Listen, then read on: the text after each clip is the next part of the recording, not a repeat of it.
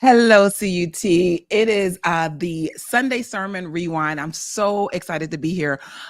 Just shouting out right now the CUT Collective as we are growing together from all over the world, no matter where we are. And so I'm grateful that we are here to grow together. So if you are new to the Sunday Sermon Rewinds, I just want you to know, or new to the collective, I want you to know what we're here for. So the most important thing for you to know is that we're here for you. This is the online ministry for Christ Universal Temple. I'm Reverend Sheree Thompson, and I am delighted to be able to open up the doors, no matter where you are in the world, to Christ Universal Temple. So what I do each week, most weeks, I should say, is that we take the lesson sermon from the prior Sunday and break it apart. Now, this is an experience you'll have. It'll be just me and the minister. This week will be Reverend Gaylon McDowell, who gave the lesson this past Sunday. But these experiences are for all of us. And so if you ever have a question or ever just say, oh my gosh, that part rocked my world, know that you can go to our private Facebook group. Let me know that you really want me to have them talk more about a specific part of the sermon, and I will make sure to weave that in, to pull the clip you're talking about, and we can all be a part of the experience. So with that, I'm going to bring in Reverend Gaylon McDowell today. Hey there. Hello, my brother. How are you? I'm doing well. How about yourself? I'm good. I'm very good. Over here in LA, having my favorite summertime, which is when it starts to cool down just a smidge, and we're like in the 80s. That's my jam. It was 99 degrees yesterday. Yikes. Regular temperature. The humidity made it feel like it was about 108. Yikes. And I'm not complaining, because when it's winter and it's 2 below zero and 14 below wind chill factor, I'll be like, you know what? I wish it was 108. Yeah, I mean, weather is so funny. And I know that when I am in Chicago, I'm very conscious of the weather. Is it going to rain today? Is it like, it's a brand new thing of awareness. I don't think about the weather at all here, like really. But you know, every place has its thing, right? We've had earthquakes recently. Nobody thought about those. That's why people move to LA. Every place has its thing. But that's the cool thing about this, is that guess what?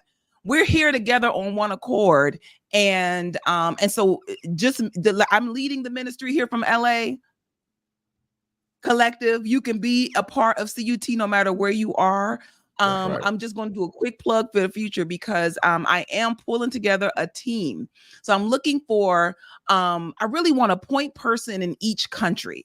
So if you're in a country outside of the States, and I'm in the States, you can also be a part of this too, but specifically outside of the States, I just need one person per country. So I want you to reach out to me and let me know. Just, you can do it through our Facebook group. I'll throw my my email address in the comments as well. But let me know if you'd like to be a part of the collective in a bigger way. And there'll be more to come about that. But that's my plug for the future. All right, so we're going to get started with the rewind, and we are wrapping out the lesson sermon series, Unleashing Your Inner Powers. And so this is, I'm not sure, have you done this before, where at the end of the 12 power series, you do another sermon that wraps it out, or do you kind of like end on life? It's dependent. Actually, the reason why I did it this way, I asked Reverend Wells to do it, because you know, the series was over. I could have did any lesson. I remembered that at times Reverend Coleman would have the Reverend Winston Johnson do a recap lesson of different things. So he's teaching she would teach the dream series, that he would come back and do a recap, et cetera, et cetera. Maybe not the 12 powers. But I was like, you know what? If we recap these other things, maybe we just need to recap this. Yes. And really kind of put the overall bigger picture, because it's hard to teach big picture and detail sometimes at the same time with the limited amount of time we have on a Sunday morning. Mm-hmm. So my idea was, what's the big idea behind it all? And that was putting on the Christ. Yeah, I think that it helps to one, tie everything back together. So this was a 12-part series. And so this 13th lesson is really, like you said, tying it all together. So if you missed any of the pieces of where we've been explaining your inner power, we've been going through each of the 12 powers that dwell within you, so that you know what's under your hood, you know what you're capable of. And then we've been working with them week after week. So I really appreciated how you brought it together and really got back to the why. Like, why are we working with these powers, and to what end? So I just want to I'm gonna dive into the first clip. Um, so I made a joke when I was on platform about hardcore metaphysics. Um, because it is this is a very potent lesson, and I encourage you, even after you listen to the rewind, even if you listen to it on Sunday, to maybe take another listen at this one, because it is potent. It's a lot of information in the lesson, but I think it's the click as well, that it's how we activate this information, and from a mind, not from in your what you do, but the mental shift. And I really appreciated that. So the first clip that I pulled is you're talking about being like Jesus. And this particular clip really distinguishes New Thought, in the sense that there are many faith traditions in Christian and under the Christianity banner where the emphasis is on Jesus as Savior. And so this clip sets up Jesus in a different light. So I'm going to play it, and then we'll talk some more about it. All right. The goal is to be like Jesus. This is important because the Bible wouldn't try to teach chickens to swim like ducks. It doesn't make a difference how much effort you put into teaching a chicken how to swim. They aren't built for it. Why would Jesus tell you to follow me if you weren't built to do it? You were built to be like Jesus, follow Jesus, express God's potential like Jesus. So talk to me a little bit about this different way of thinking. If we're not looking at Jesus as Savior, and that we are designed to be like Jesus, explain a little bit about the concept of Jesus this way, looking at Jesus this way. Well, as you know, I've been doing a massive amount of research of late on Jesus, because I did the Mysticism, Jesus and the Bible seminar last month, which required me to do a deep dive into what we already know and teach. But it was still necessary to be able to say, you know what, let me look at not only New Thought authors, but authors who talk about Jesus from a historical perspective, critical historical perspective. And one of the things that came across to me very directly was that Jesus was a mystic. All right. And a mystic teaches direct communion with what we call the divine, or God, or spirit, whatever the term people use in their various cultures. Therefore, if Jesus was a mystic and Jesus was teaching a form of mysticism, in other words, direct connection with what he called the Father, then if he's saying, or is attributed to him as saying, the works I do, you can do, an even greater works. How can we ever get there if we can't even contemplate the possibility of just doing the works, let alone the greater works? So what I was trying to get across was, no one would try to teach a chicken how to swim, because the chickens don't have the feet for swimming, the paddling. They don't have the body dynamics. They go into the water, they're going to sink. Well, why would we have all of these teachings telling us to follow Jesus, put on the Christ? As Paul said, I live not yet I, Christ lives in me, and all of these type of conversations, if it was impossible to do it. Because what type of all-wise deity would create a process through which you don't have the capabilities of someone else, but you're asking them to mimic them or even exceed? Yeah. That's cruel. And I just don't believe that this omniscient, I'm not present, omnipotent God that we talk about in New Thought would create us with with handicaps and then tell us to go follow someone who has free reign of the power. It just doesn't make sense to me. Yeah. And, there was a friend of mine that I was engaged with yesterday talking to a student who had been caught doing something essentially illegal in school, smoking a vape in school. Okay. And so as he's questioning this student, I could hear the student think he had to say, I'm not a police officer, like to essentially identify, I'm not trying to trick you. Like, I know you may have had adults in your life trying to trick you into something. All I'm telling you, everything I'm saying, I'm being straight up. And this is not about whether you're in trouble or not. This is about safety. And kind of went through with such integrity with this student that they began to shift the way that they responded to the questions. And so what made me think of that is this idea of we're accustomed to being duped, to being, to having some deception, and this concept of God that is that punishes us when we make a mistake. We can be so wrapped up that we're trying to trick it so that we don't get in trouble. Right. And I think that so married with the idea of this, God is all in all. God is good. God is absolute good. And I began to work with that. Now I got to work it down to the example. I got to work it down to would I get an example that I can't measure up? And I thought that was a really, really powerful way to shift our thinking, because I know that whether you've been in New Thought for a minute or for your entire life, in this experience, this collective, there's an idea that you are punished for bad things, right? You do something wrong, you get a punishment, and we can very much attribute that and be unconsciously thinking about God that way. Right. I agree. So what I was trying to do with this sermon, as I told you before, one is I want all of my work to be seminal work now. When people come back, I was listening to Eric Butterworth earlier this morning. Also, a couple of things I just wanted to hear him, his style of teaching. It speaks to me. But anyway, I want somebody to do that for my work 75 years later. But the only way you can do that is it has to be impactful to the point to where it's good enough to understand, but it presses you enough to say, let me stop and think about what this guy's talking about.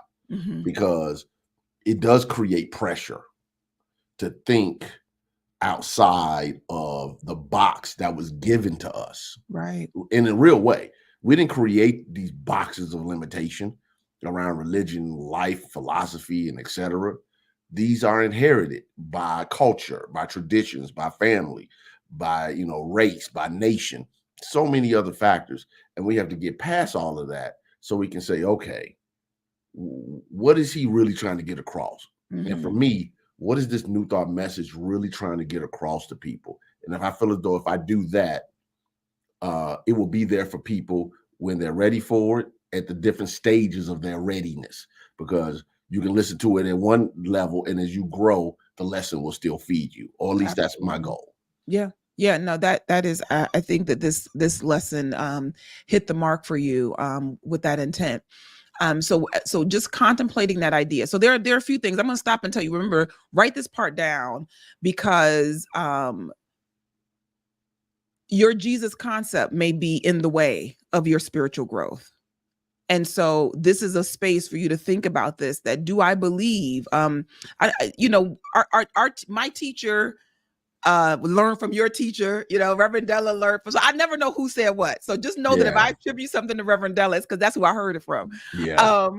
But this idea that you have to, I don't know if it was Reverend Mary or Reverend Della, but to get up on the pedestal with Jesus. If you put Jesus on the pedestal, get up there with him. Now that could have been all of our teachers that have said that, but this is something to really think about, because you are meant to do greater works. You're designed to do greater works, and you're equipped. And that's what we've been trying to help you to understand, is how you're equipped to do the greater work. And so this is one of my favorite concepts. I'm going to play a clip now and talk more with you about it, about working with the truth, how to work, what we're doing here when we're working with the truth. All the thoughts, feelings, beliefs in your conscious and subconscious mind need the good news proclaimed to them. Just like in the Bible, these disciples went out to spread the message. You have to spread the message to every aspect of your life. If your toe is hurting, the toe needs to hear about the Christ. If your wallet is hurting, your wallet needs to know about the Christ. If you don't know which direction you need to go, your decision-making ability needs to know about the Christ. So this is, I thought that tell your toe about the Christ. Like I think about that. I was thinking about that this week. And I told a friend of mine, like, you need to be talking to your body differently. And it comes from that reminder. The truth traveling. Give me some more about that. Like, how does the truth travel? As if we're talking about just this idea of enlightenment, being like Jesus, how is the truth traveling in you? Well, yeah, well, it comes from the basic metaphysical Bible interpretation that the characters, places, and things in the Bible symbolize aspects of our own being at the spirit, soul, body level. And from that perspective, Jesus in Galilee talking to Peter means one thing, Joshua at Jericho, etc., means another. So I took that concept and I was trying to explain how Jesus, symbolizing the I am or the Christ presence within each individual, has these faculties, disciples. The disciples are symbolized in us as these inner 12 faculties or powers. And it's their job to spread through our life, world, and affairs the truth about the indwelling Christ.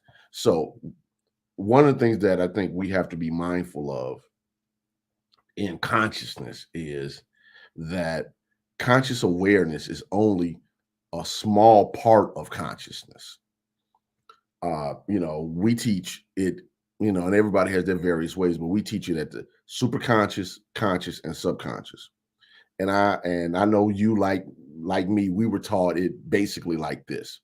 If imagine this is an ocean water, and the boat is on top of the ocean water, and there's this little iceberg there.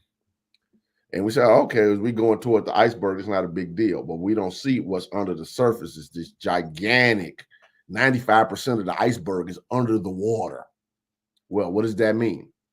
That means that it's below the surface. Mm-hmm.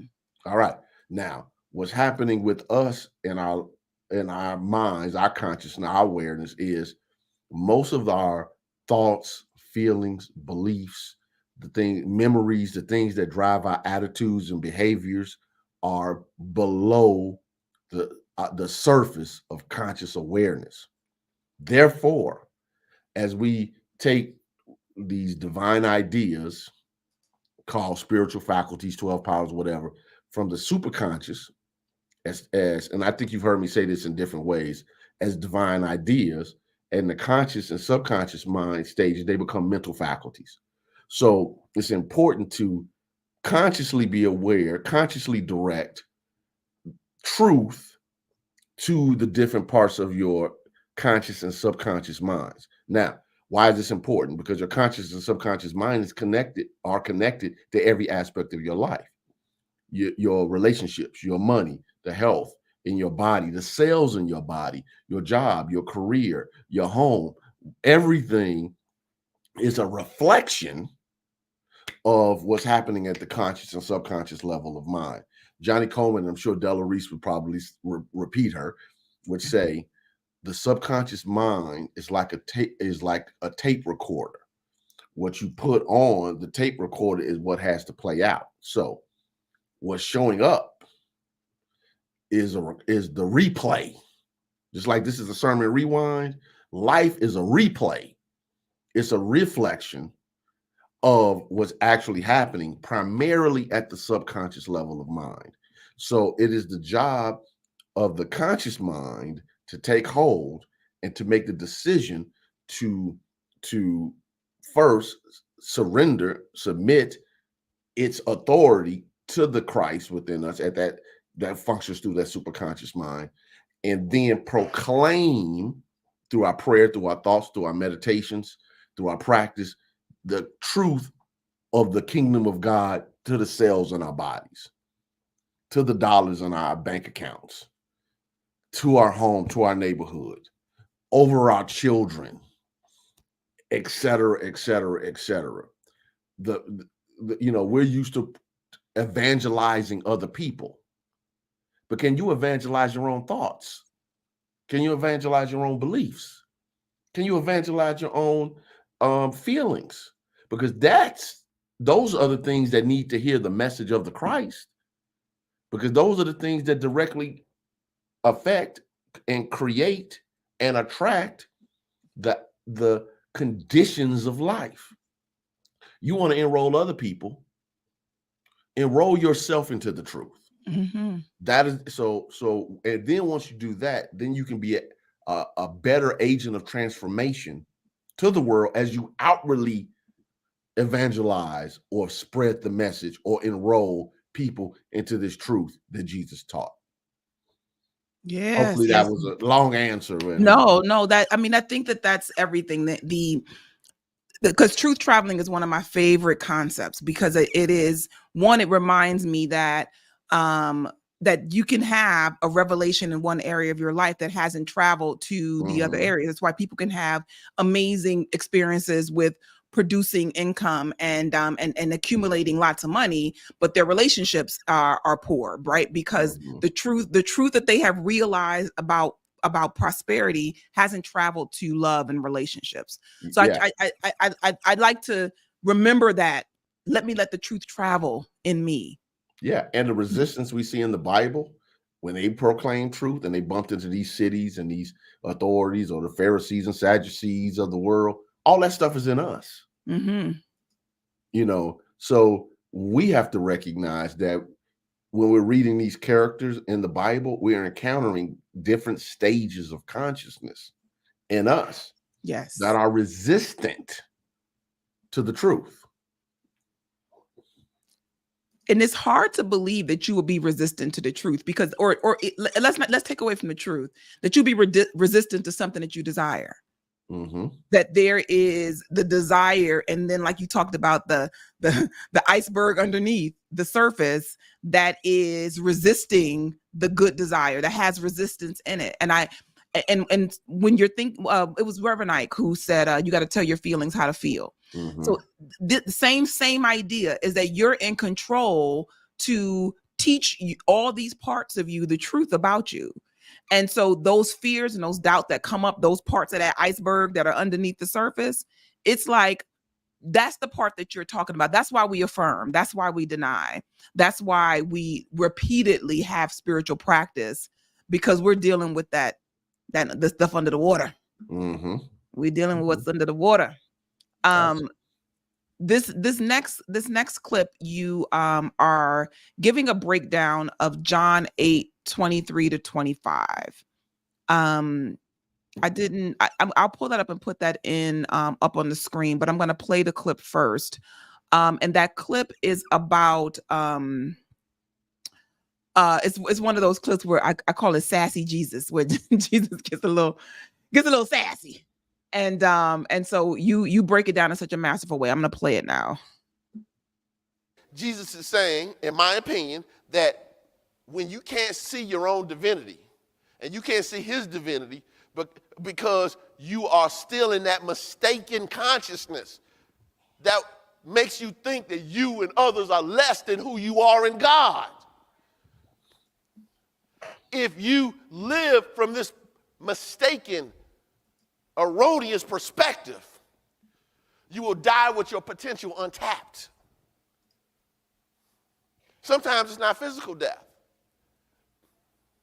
but the mental death of not being able to demonstrate the power that can save, restore, and redeem you, because you can't see beyond the normal states of human consciousness that don't know or understand the ways of God. Remember, Apostle Paul wrote, spiritual things must be spiritually discerned.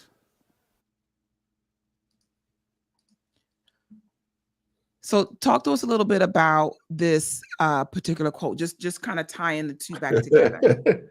Yeah. So when we look at it from from a standpoint of consciousness, you are from below, meaning you're functioning at lower levels of consciousness. I am from above. In other words, I'm not seeing life from the perspective that you're seeing it. All right. So it's sort of like you're upset about something and you go run to your grandmama.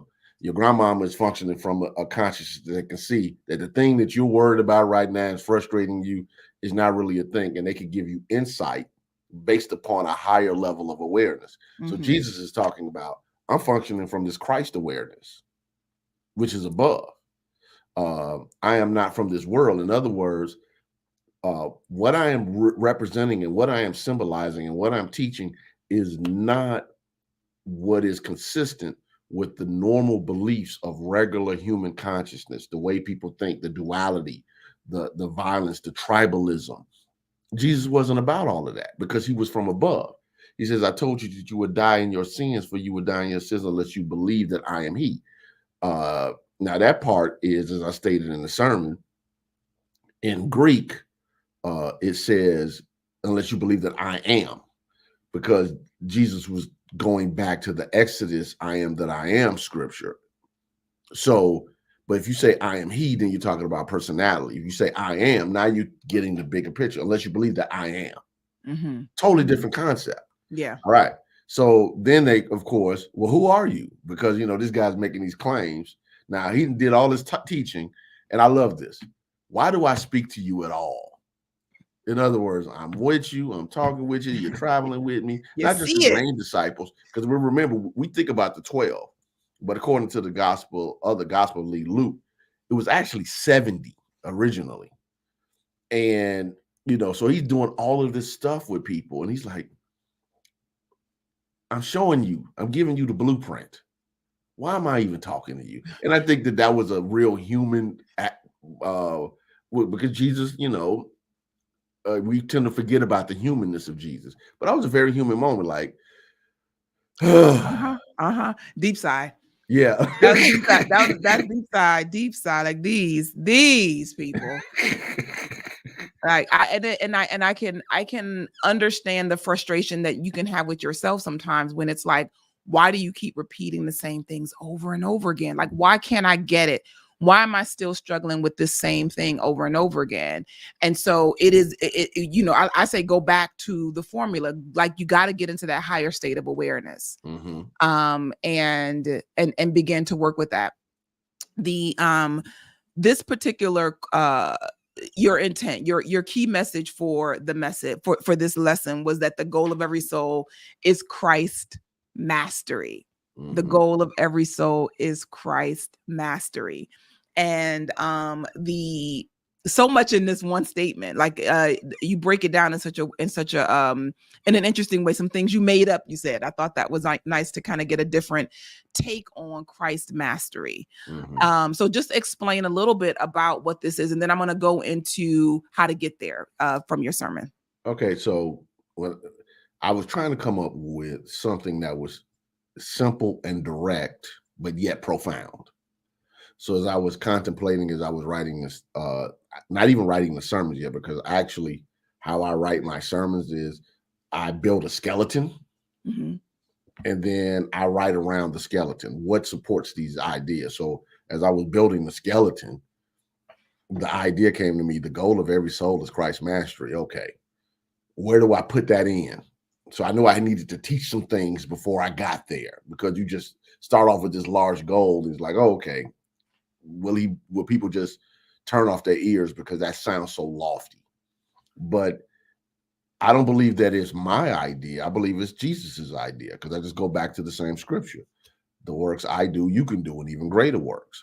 I go back to the scripture, where Jesus didn't only call himself the light of the world, he called us the light of the world. He called us the salt of the earth.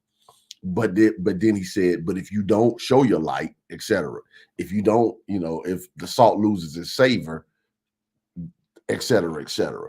So going back and looking at,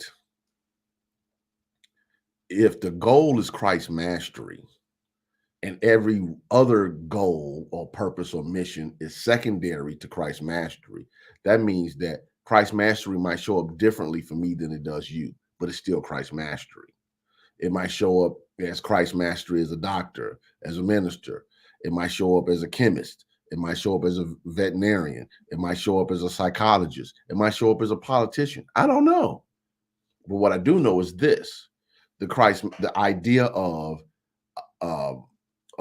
being, let me just say it plainly because it sounds lofty, but I'm just going to put it out there, to be a transparency for the Christ. Okay, that when you show up or when you put your consciousness on a thing, the grace of God, the Christ power, the Holy Spirit, the whole Spirit of God in action, whatever term you want to see, is felt, reflected, and expressed. I think that's important to just put that out there. You know, I used to tell Johnny that I wanted to be the best New Thought minister in history. I used to tell her that, it sounds so Gaylon McDowell. And I told her I wanted people to be able to be healed from my shadow, like they did in the Bible. Now, I haven't got to the shadow thing, and I'm not proclaiming that I'm the best New Thought minister in the world. But what I will say is this. I, like other people, have gotten sidetracked from the main goal. And it's important to remember, regardless of what is happening in life, whatever experiences I have, the goal is still Christ's mastery. Mm-hmm. And that can be challenging when you're staring down at times the challenges of life, and when the challenges are staring back and not blinking. Yeah. So when we remind ourselves that the goal of every soul is Christ's mastery, does not mean, okay, well, because I didn't live the life I wanted to live, I just give up. Now, depending on how far we want to take this conversation about soul versus one incarnation is a whole different. I don't know if that might be a whole show that we need to do separate. Yeah, really. Yeah, absolutely. But if I realize that even when I show up in this incarnation, I'm not showing up so much as an empty slate as much as I'm showing up with, as we've taught people, faculties, gifts, abilities, talents, etc., and other soul stuff that needs to be worked through, that needs to be expressed. Some stuff needs to be released. Some things need to be embraced. But the main thing, I think, that interferes with the ability to stay focused on the main goal or even consider it as a possibility is that we are severely ego attached to ourselves and to our experiences and to what we believe is true. And the detachment from all the stuff is emotionally painful for many people. The giving up the sense of identity of who they think they are. It's value too. It's like you put your value in your stuff. Yeah, and so let's use a different word. I like value, but I want to use a different word. Significance. Like people want to feel significant in one way or another. Like even the gangbanger that's out there doing all type of whatever, in his world, he's significant. Now the question comes into play is, am I able to decrease what I consider significant, important, what I'm attached to, my sense of self, so that this Christ aspect of me can show forth? And I'm just saying that the overwhelming majority of humankind, in my opinion, isn't ready for that conversation. And one of the things I do that helps me, because like you said, you talk about a lofty thing, being a transparency for the Christ. And this, you know, this is something that we can debate about, but I would say that we all experience we all experience the transparency of Christ. We all have had moments where we are in full awareness and expression of our oneness with God. So some of these things are not so much like you've never reached them, but the idea is that mastery means that I can always be it. I can it's like I'm always in control of it. It's not a, oh my gosh, I had a moment where I was completely tuned in to God. I knew who I was and I acted like it. Mastery is that I'm practiced to the point where whenever the recital, it's like that practice singer, and then somebody says, "Hey, would you sing a song?" Well, a master at singing is like, yeah, pass me the mic, right? Somebody else might say, well, or even a master at singing might say, hey, you know what? This isn't the best time for me to sing. I need to warm my voice. They know their craft so much that they can perform it in its right way. So just to bring that idea into your own experience, you have already had moments of Christ mastery. I would agree. Remember that part. Yeah. Can we maybe call it glimpses of truth, to where we've had a glimpse of this is possible? I tell people that the highest level of spiritual consciousness that I'm aware of that I have achieved is after my mother made a transition, because I was exceptionally close to my mother. When she got ill, I moved her into my home to take care of her. And, you know, when I'm undressing this whole conversation, she ended up basically flatlining in my living room. And while my sister was there, I went to the store, came back.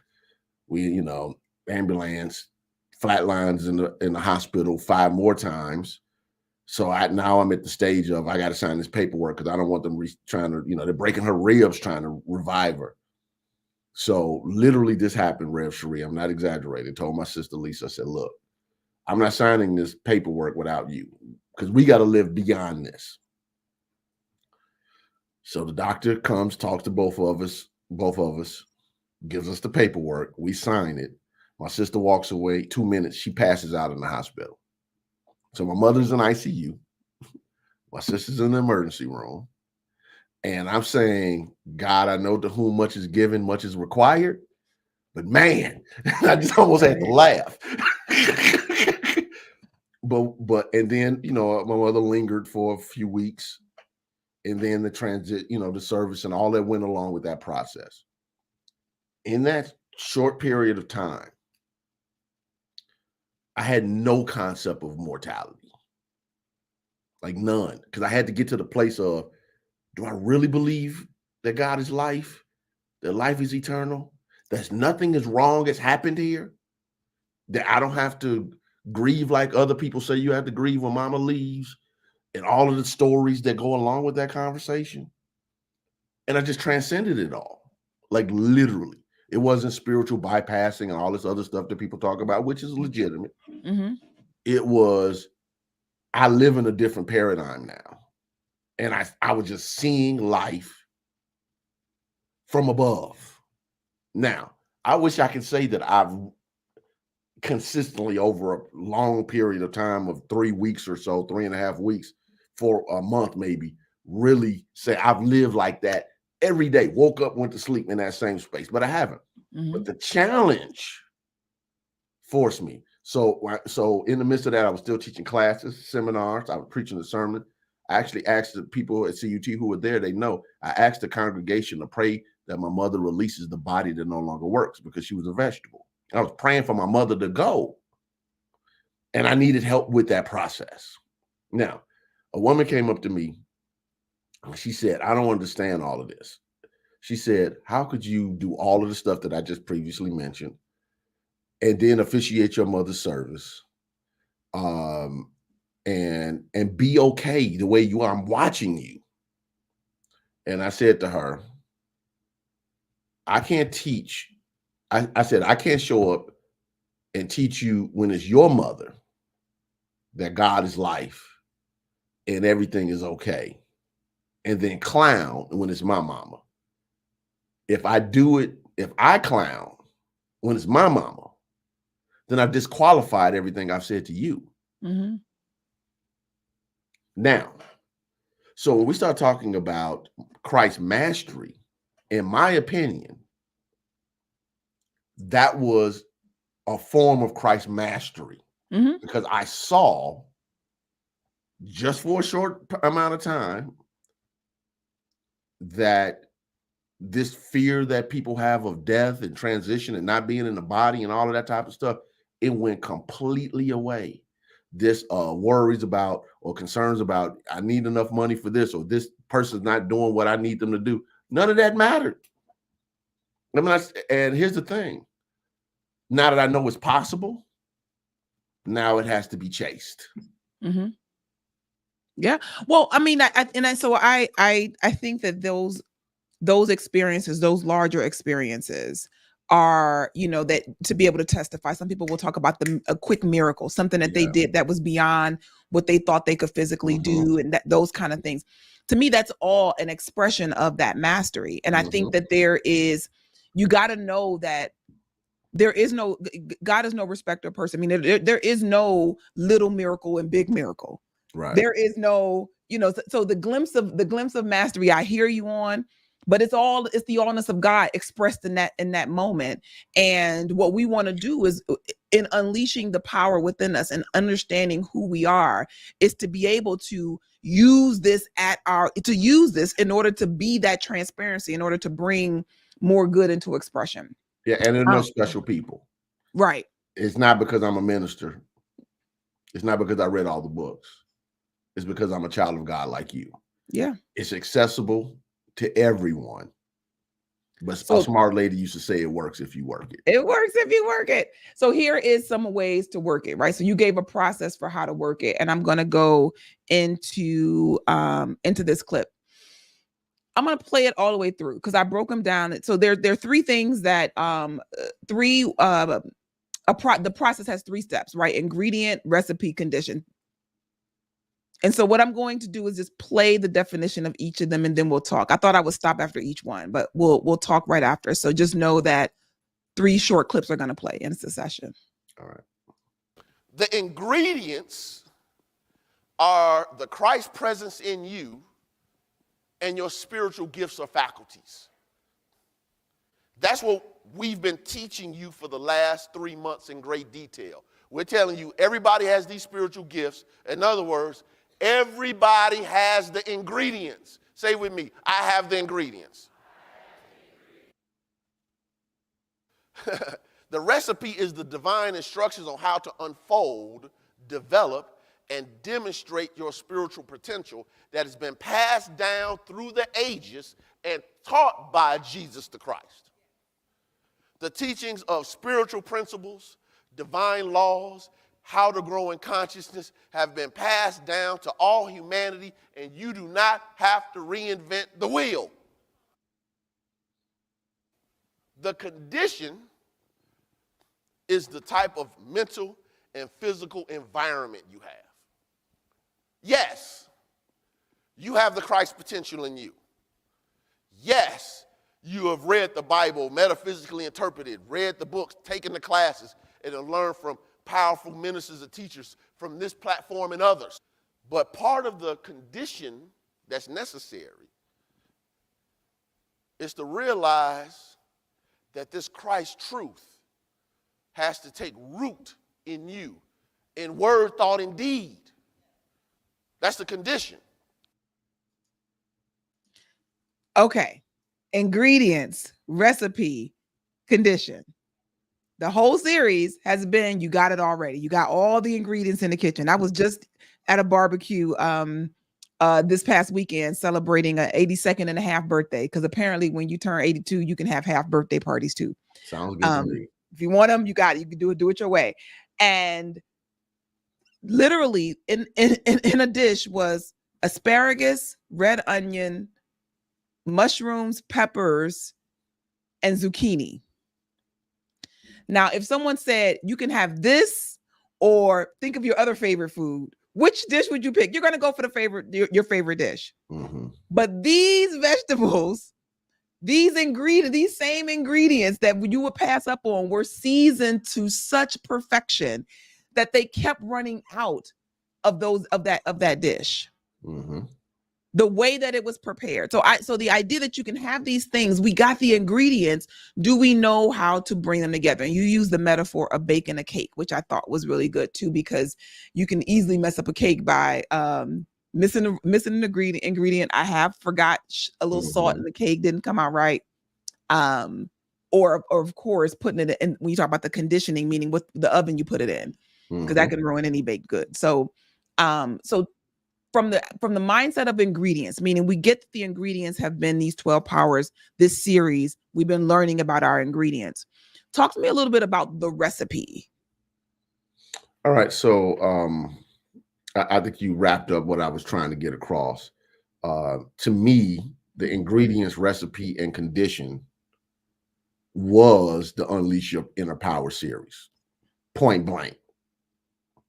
Now, when we start talking about the ingredients, there have been spiritual teachers and masters throughout history who've had some insights into the process of the spiritual journey, and they've left them in writings. They've taught other students, things have been passed down, and through practice, the validity of what they taught has been proven or disproven. So when I was saying we're giving you the recipe, what I'm saying is a church like CUT that concentrates on teaching people about the inner potential, the ingredients, but also techniques that can help you tap into that inner power and actually practically apply it to your life. So something as simple as, changing the imagery in your mind. Something as simple as denials and affirmations. Something as simple as visualization or visioning, meditation. Something as simple as, what are you reading, your daily inspiration, and stop and contemplate on it, etc. These are techniques that are recipes for success. So if you want to learn something from at a high level, you go to the people that are demonstrating what you want to do at a higher level. It's the Kobe Bryant effect. A young Kobe Bryant at 19 was asking Michael Jordan, how do you shoot this fadeaway jump shot? How do you know when to go left and when to go right? And he didn't just go to any coach. He went to the grand master of the move. All right. Now, I would say that we've had the opportunity to learn from some grandmasters who demonstrated through healings, through what you would call the miracles of life, through the demonstration of truth, through their teaching, through the love that radiates from them, techniques and principles, just in our lifetime. We're not even talking about generations before. Right.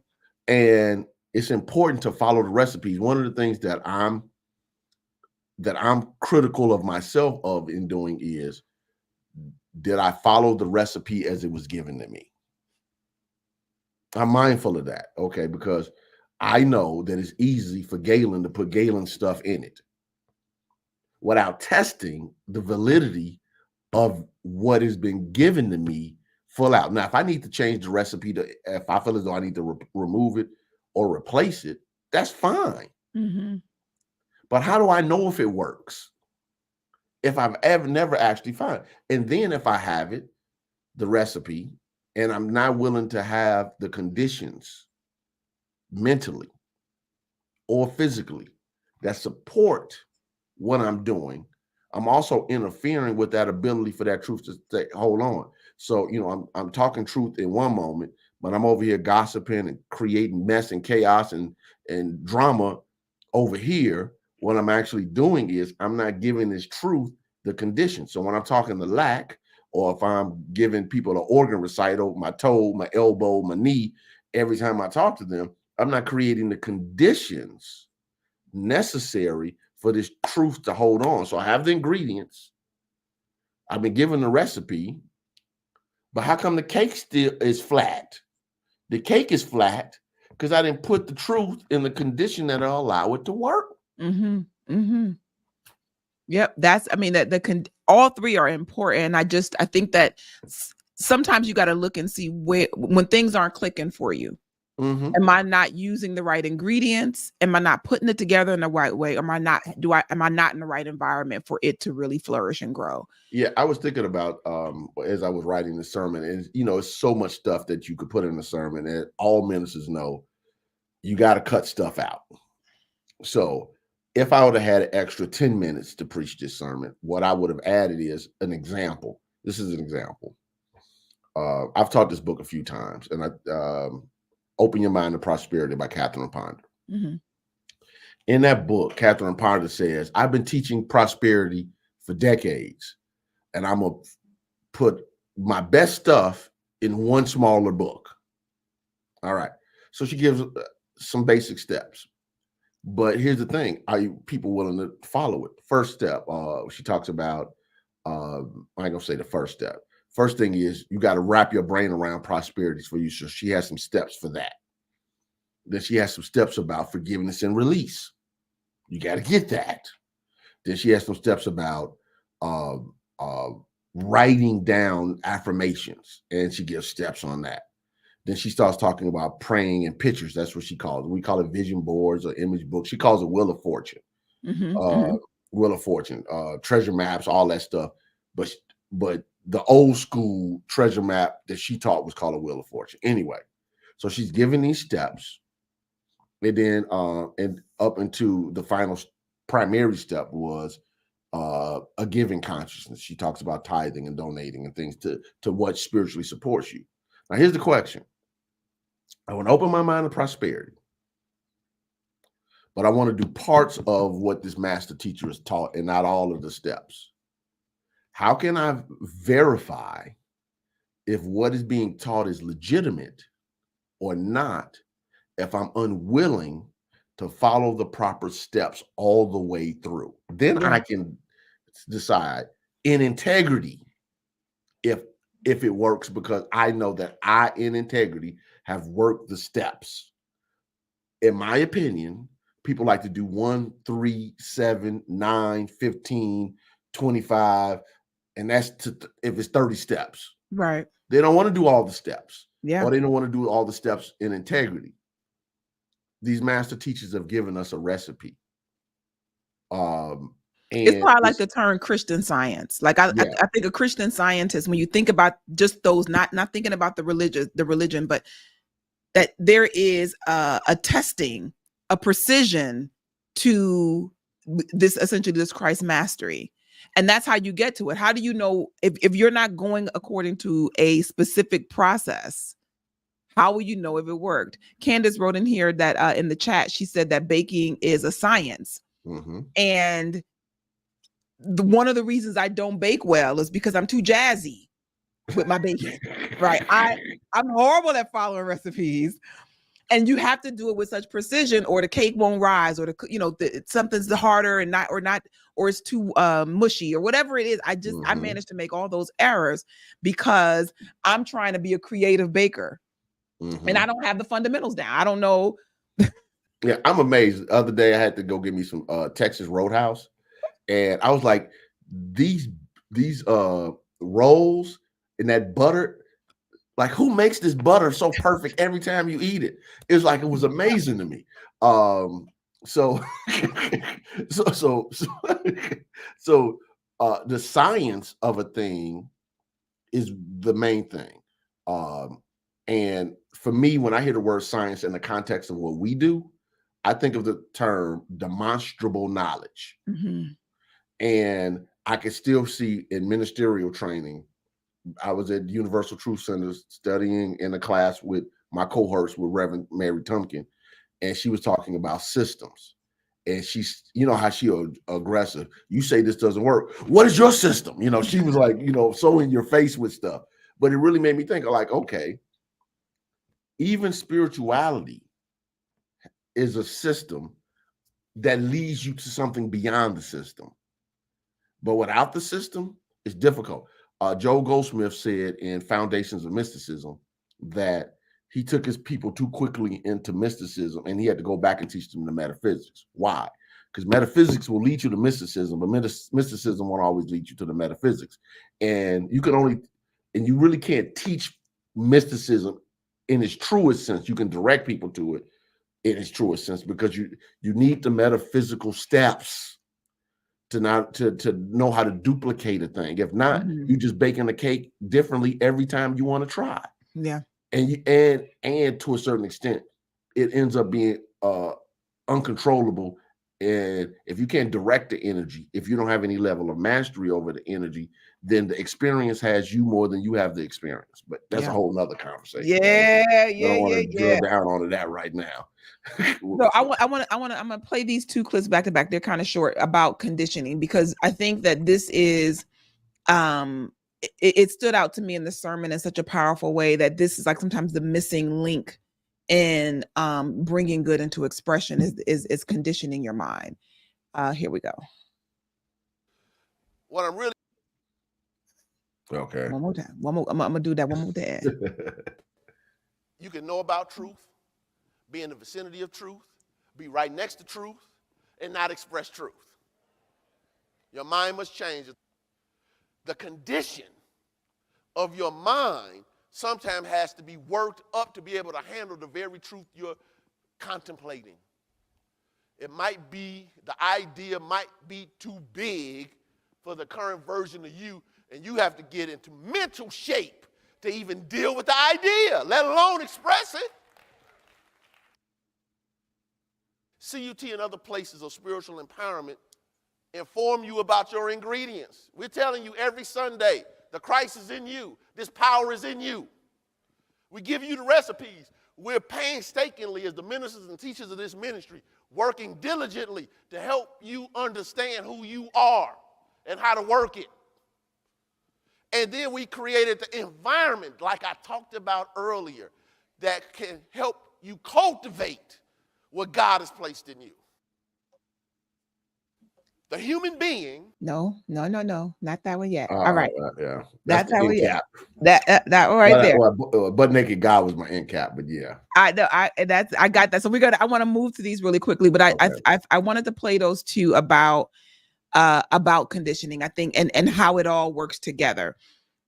Mainly to reinforce, to make sure that everybody is aware of the power of spiritual community, because this is what helps you to stay engaged. Anybody who's masterful at something has a community that they're a part of. And in some places, there's a place for you in the community. I tell this to people who are iffy about going to church because for whatever reason, sometimes it's like things are really going really poorly in their life. Go and be healed. Go into a space where healing is happening. Or if life is real good and you got your life right because you kept going in and really getting engaged with the ministry, go and be a beacon of what the overcoming could look like. Like everybody has a place in the community. And so I wanted to just reiterate that, because this is the right place. This message is the right message for you right now. You didn't find this message, however you came here, by accident. And if you are already tied to the message, that the statement that you made about being by the truth, hearing the truth, all of that, like you could really be just, I'm so immersed in this and still not have enough, still be living a life of lack and limitation, because it's not enough just to be around it. Right? We got to work it. You got to live it. I mean, you're saying it so well. There's no reason for me to comment other than you got to work it. You got to work it.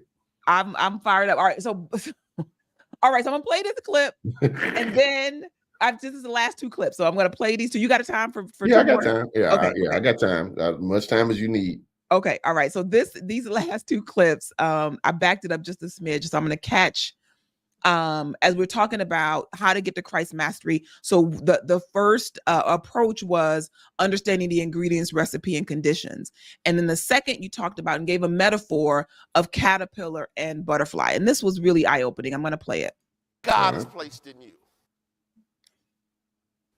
The human being and the Christ are the same being at different stages of development.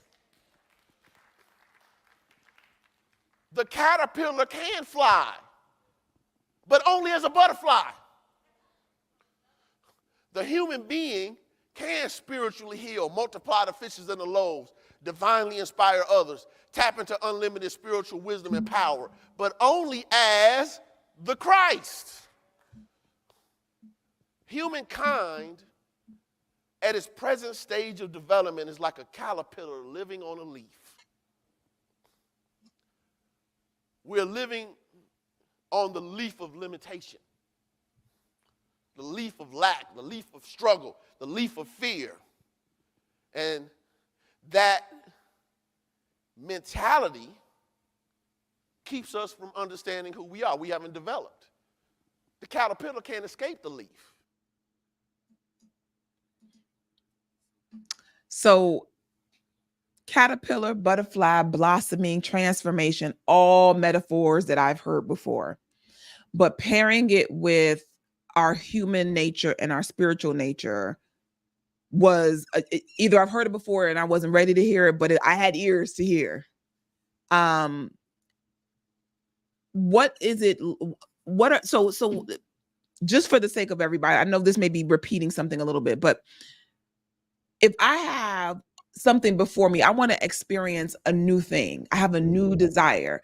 And how do I transition from the caterpillar human mindset of it to the Christ being so that I can have an expression of my good? Okay, so to answer the question, then I'm going to double back.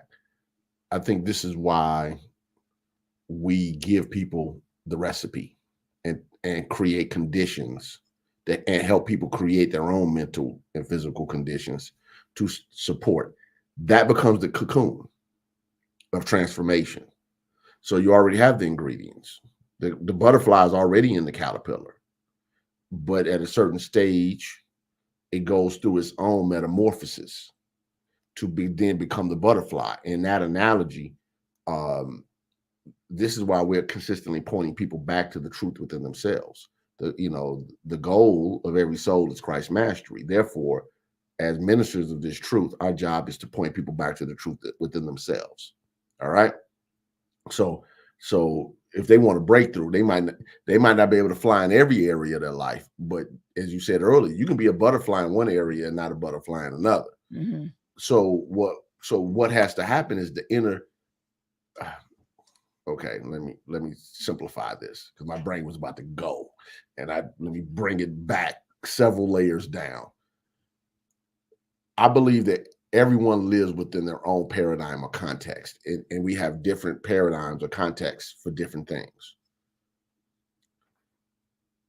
What literally has to happen in our prayer work and our meditation work and our study, and I'm a big believer in study as a form of meditation and contemplative thought. Mm-hmm. That's my method. I would sit down and read and then go into whatever state, altered state, before I'll sit down and meditate and go into that altered state. Everybody's different. Therefore, as you consistently go within, what you're doing is creating a new context of possibility. That's always the caterpillar living on the leaf. The new context doesn't have those limitations. So what I'm really saying is you have to think yourself out of your box of limitation. And that's where the process comes in. And being in an environment or condition like a CUT helps support that process. Mm-hmm. All right. So when I said that the caterpillar and the butterfly are the same being at different stages of consciousness, and the human being is the same being, and the Christ are the same being at different levels, development, at different stages of development. What I was trying to get across was a little bit differently than how we normally use the butterfly caterpillar stage. We're telling people, be the butterfly, be free, be whatever, etc. And sometimes the butterfly is being presented as if it's something else. It's not something else. It's still a caterpillar as a butterfly. It's the evolution of the caterpillar. And what I was trying to say is that the Christ is the evolutionary end game for the human being. But if you think that the Christ is something that is different than you, then it's like thinking that you're the water in the cup, but you're not the cup. Right. All right. That there's cup and then there's a water. There's me and then there's the Christ. And I think that that's an erroneous perspective. You know, we don't teach that Christ is like raisin in the raisin bread, because you can pluck the raisins out. All right. We're saying that Christ is like the dough that makes the bread. You can't have bread without the dough. Right. Okay. Now you can make that dough differently. It can turn into different stuff, but the main ingredient is the same. And I was just trying to separate that thought process from thinking that you got to become something other than you. No, you just got to express the authentic and real you. That's the whole goal. That's it. That's it. That's it. That's it. And so so I'm going to wrap us out with the return of Butt Naked God. So Butt Naked God. I don't know if you were there when I first taught it. I taught that originally in Cancun at a POT many years ago. I've heard. I don't know if I was there for the birth of Butt Naked God, but I have been there as it's developed. So Butt Naked God has its own little lower third. Is God removed from the characteristics, beliefs, and traditions that culture and religion puts on God. So this is the another way, the butt naked version, right? So you use the term of the clothes that we put on God as being those beliefs, those traditions from our cultures, and then this things we make up about God. Like there are things that if you sourced it came truly out of your imagination about how God works. I know that I moved for, and what was embedded in me for many years was very much God and Santa Claus. Like somehow, like that idea merged together. And so even after I stopped believing in Santa Claus, I still believed in Santa Claus God. Like that was the way that I related to God. So this idea of Butt Naked God is shifting those ideas, stripping those ideas away. So I get it. Good. I get it. It's not typically how we talk about butt naked, but I get it. Are you gonna play a clip? Because if not, I haven't thought. Want to tell you why I came up with that term. I want to hear the why first. I do have a clip. Okay. So, when in the late 90s and 2000s, when I believe it was Steve Harvey was on the radio. And he was talking about this butt naked truth and butt naked whatever, butt naked radio. That's what he used to call it. I don't know if you remember that. I do. He was like, butt naked radio. And he was like, in other words, we keep it real. I go, okay. So that used to play with my head, and I was like, what would that look like with us? So, as I'm contemplating these ideas, thinking I got to flesh them out, we were at a POT in Cancun in 2008, I believe it was. And just to be frank, me and a couple of ministers and friends, we decided we were going to go out that night. I was like, none of us have to present. We're going to go out and have some fun. Unbeknownst to me, Reverend Tompkins had been calling my hotel room trying to find me because somebody didn't show. I know his name, but I'm not going to say who it was. Didn't show up to do the tag team. I think the statute of limitations have passed on that. I'm not going to say his name. Didn't show up to present. He was supposed to come to POT late, and he was a part of the presentation. He didn't show up. So remember we used to do the Saturday tag team preaching. We would have a subject. So I won't say what time I got in, but let's just say it was early the next day. It was like the sun was almost coming up. I don't drink and all the other stuff, which is nothing wrong, but I was just out having fun, which I never get a chance to do at POT because everything is so much work. So I get up, I get in the room. I got messages. I check my phone. It's Reverend Tompkins, message. I need you to cover. So I call her room, let's just say exceptionally early in the morning. And I just said, I got your message. Where were you? Don't worry, Mary. I got it. I'll be there. Got me a couple of hours of sleep, maybe an hour and a half, and got up. So now I'm in just space of whatever's coming out is coming out. Gonna come out, right? And when I got up there, I just started talking about butt naked God. Let's get past all this stuff. All this stuff that you just heard today, all this stuff that you've heard during this conference is to get you back to one space. Butt naked God. Everything else is just the stuff we put on God. All these rules and rituals and traditions and culture, and this is right and that's not right. You got to dress like this and you can't dress like that, and all of this stuff. And you can't like these people because our God says this. All this stuff is just the clothes we put on divine principle, on universal spirit. The clothes we put on this higher awareness of universal love. It's just clothes. And so I use the term butt naked God as a shock treatment. It's no other way for me to say that, because when people hear the term butt naked God, it shocks people. Like, what the heck? Matter of fact, when I first taught it in that Cancun, one of our CUT members said that she was sitting next to someone else from another church. And when I said butt naked God and I kept saying the word, she had to hold the lady's hand because it was causing a physical reaction in her, because she had so much reverence for the term God. Right. That me saying butt naked God was shaking her soul, and it was expressing through her body. But guess what?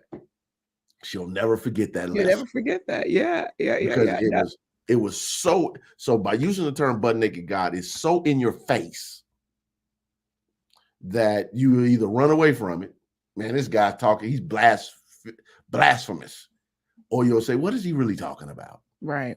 You're going to get one. And it was, we had our membership meeting this past Sunday, and the church's attorney who is not a member of CUT and goes to a traditional church, he said to me, he's like, man, that was a lot. He says, but if we really got that butt naked God part, we wouldn't be seeing what's happening over there in Gaza and other places of the world. Exactly. Yes. Exactly. So you don't have to be a metaphysical New Thought person to get butt naked God. It's not about religion. New Thought is a form of clothes to a certain extent, but I believe in its purity. And that's the key. New Thought teaches butt naked God. Yeah. I think I would agree with you. And I think that there's a when we talk about principle, because principle is butt naked God. And what, if you notice, and this was helpful for everybody, whether you're teaching or not. I was talking to you meet people who are excited about ministry, and you want to share it. You want to share it with people. And so getting caught up in people's questions. Well, wait a minute. What do you believe about this? Wait a minute. What do you believe about that? And so what I was instructing this person to do, hey, is, you are one of those attractive people. People want to know what you're learning and everything and how you're doing it. But if you go back to principle, you'll be able to get out of the confusion of their questions. So always take it back to principle. So we teach these 5 basic principles, and this will help you to strip away some of the concepts of God that have, that we all are working with. And I think that is this idea, the provocative term gets really just a principle. It's a fun way to say principle. Yeah, I was praying about it, and I've come to the conclusion I'm gonna have to write a book on butt naked God. I don't know what I'm gonna title it.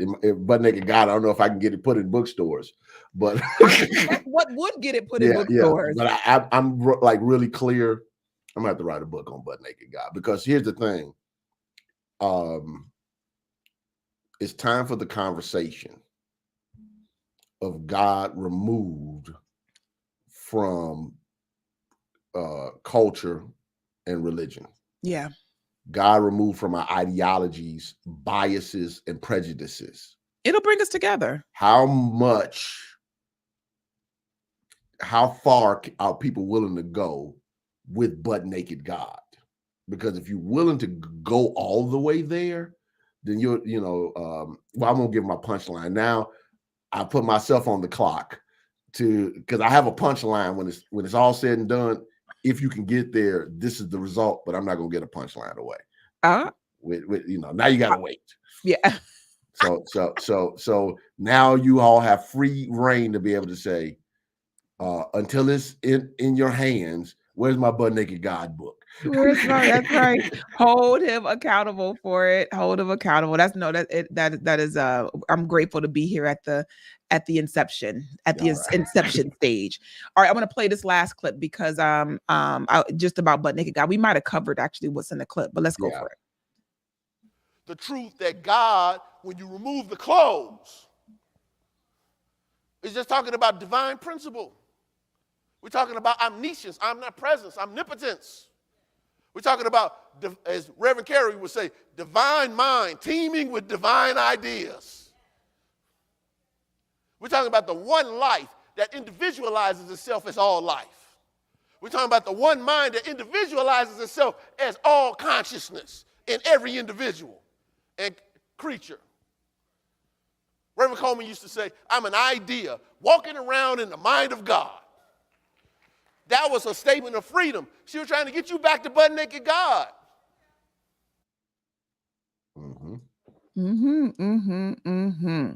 So these ideas, these different ways that we express principle, because we're trying to wrap our minds around it. Like we're hearing about God and in the caterpillar phase, right?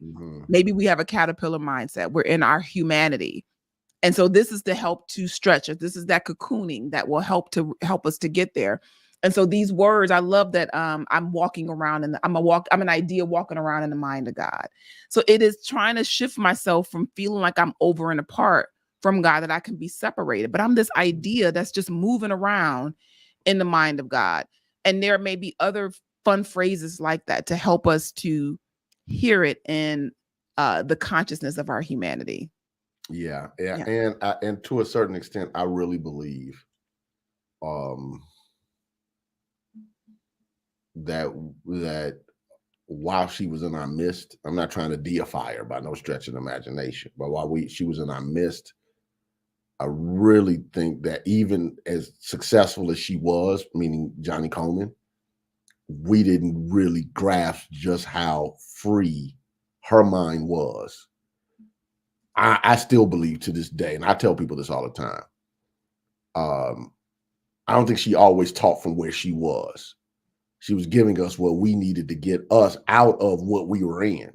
Oh yeah. But the level of freedom that she was expressing in thought was amazing.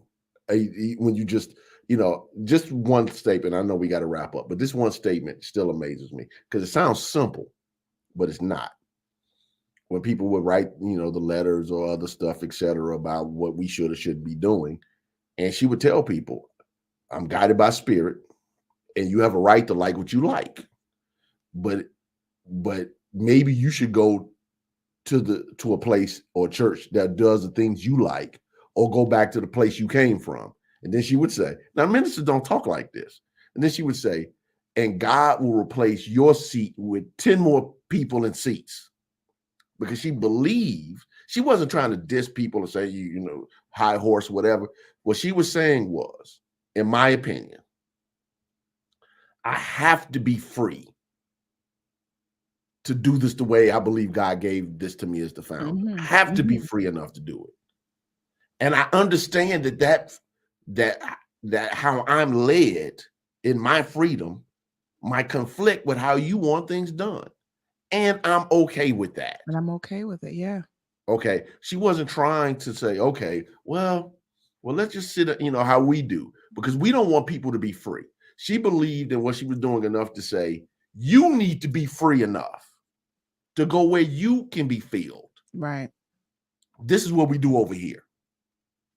Freedom. People talk about freedom, but they really, really, really want control of what they do and what other people do and don't do.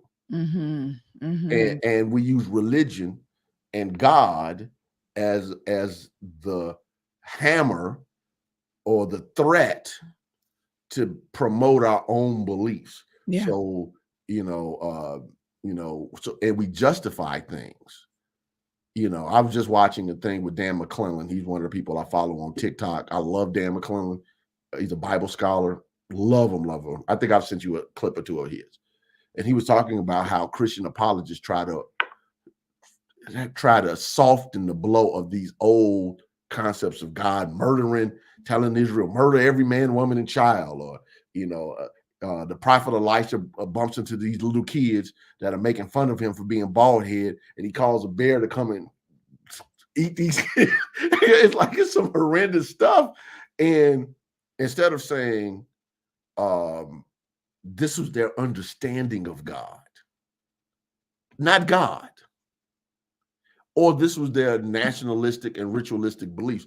Or in, I think it was in the book of Numbers or Joshua, I can't remember right now, where a man went, got a wife from another race and brought her into the Israelite camp. And the Israelite leaders literally killed him and his whole family. People had nothing to do with it. It's like, we got to smite this out of the. And now, from a metaphysical standpoint, makes totally sense. You got to get rid of those erroneous beliefs. But if you're going to study God as butt naked God, you got to look at that as an instance and saying, even if it's in the Bible. Oh, yeah. Even if it's in the Bible. Is this really teaching me about divine principle? Is this really teaching me about universal love? Is this really teaching me about how spirit moves? Or is this another example of us putting the clothes of culture, nationality, race, tribalism, and all this other stuff on God? Yeah. And then we use God's authority to promote and execute these very low-level human consciousness things or deeds. Yeah. And I think this is an important conversation.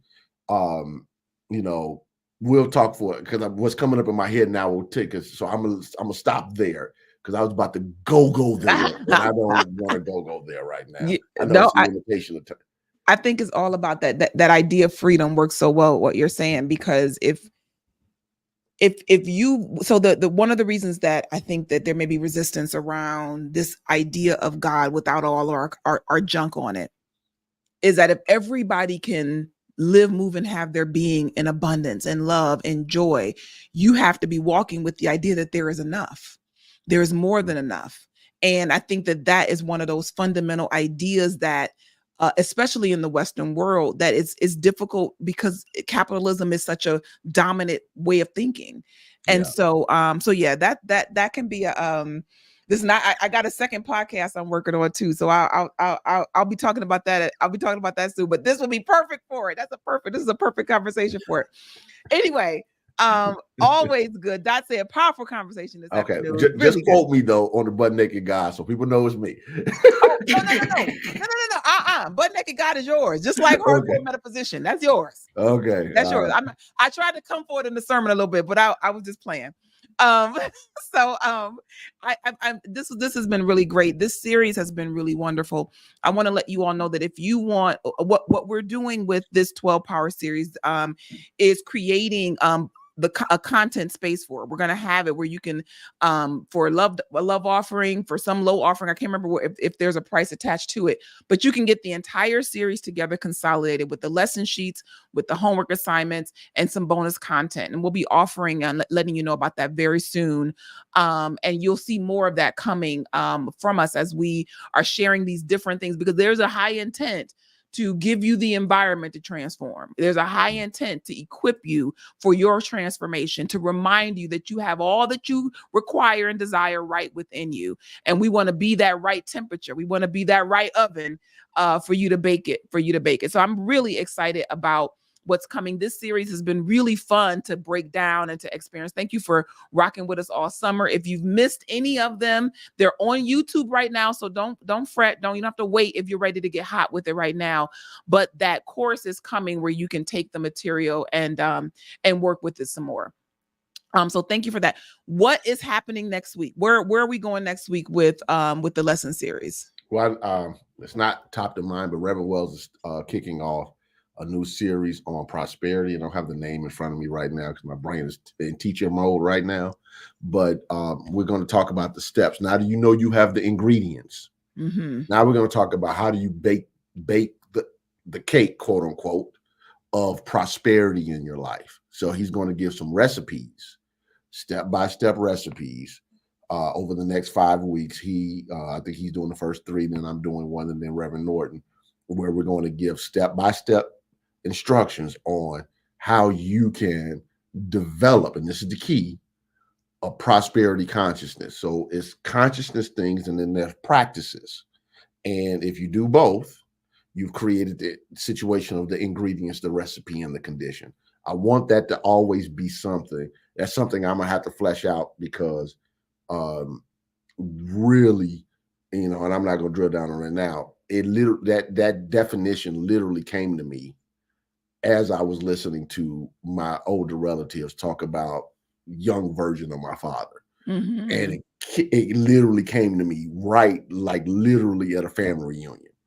So, which means, by the way, and I'll end with this, the idea, the light bulb moment might happen in unexpected ways and places. Absolutely. You have to make sure that when those aha moments happen, you stop, you put on your phone, you call, leave yourself a voice, whatever your process is. I have multiple processes to make sure that you capture the aha moment, because that aha moment that I received was helpful for me, but now it's going to feed tens of thousands of people who watch this YouTube video. Mm-hmm. So don't discount the aha moments, the revelations. Yeah. Okay. Because that revelation, when contemplated, could be the vehicle for your breakthrough. Yes. Thank you for that. And that reminder. So we're going to start a new series next week. And we're talking about prosperity. So tell a friend about all of this. I know be dot an expression. That will amplify this message. She is intentionally sharing this message with people, and we appreciate you for doing that. But share this, like this, and then for the new series, get someone enrolled so they can be in on the very beginning of it, and be sure to show up. We'll be here next week. I'll be with Reverend Wells to unpack the kickoff sermon for the prosperity series.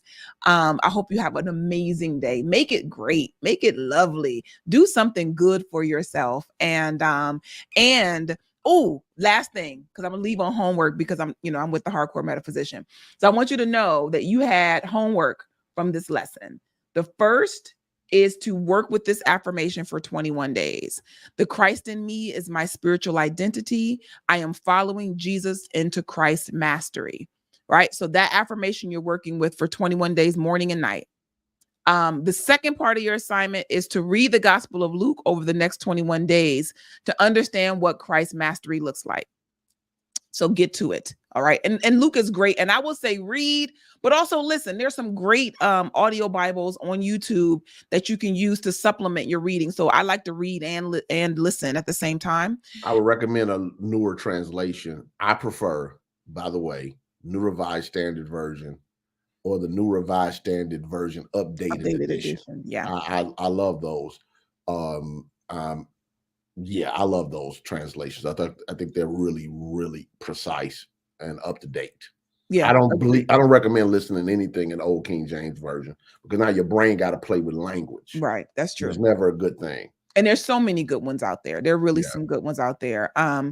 Write down 3 things that you will implement into your life to help you grow spiritually. So I just want to leave you with your assignment, and give thanks and praise for this space for us to grow together. God bless you. I'll see you all next week. If you haven't already, join the collective so you can know what's going on and be in the loop on it. And again, I appreciate you. Have a great, amazing, wonderful day. God bless. God bless you all. Take care. See you all on Sunday, in person or online. Yes.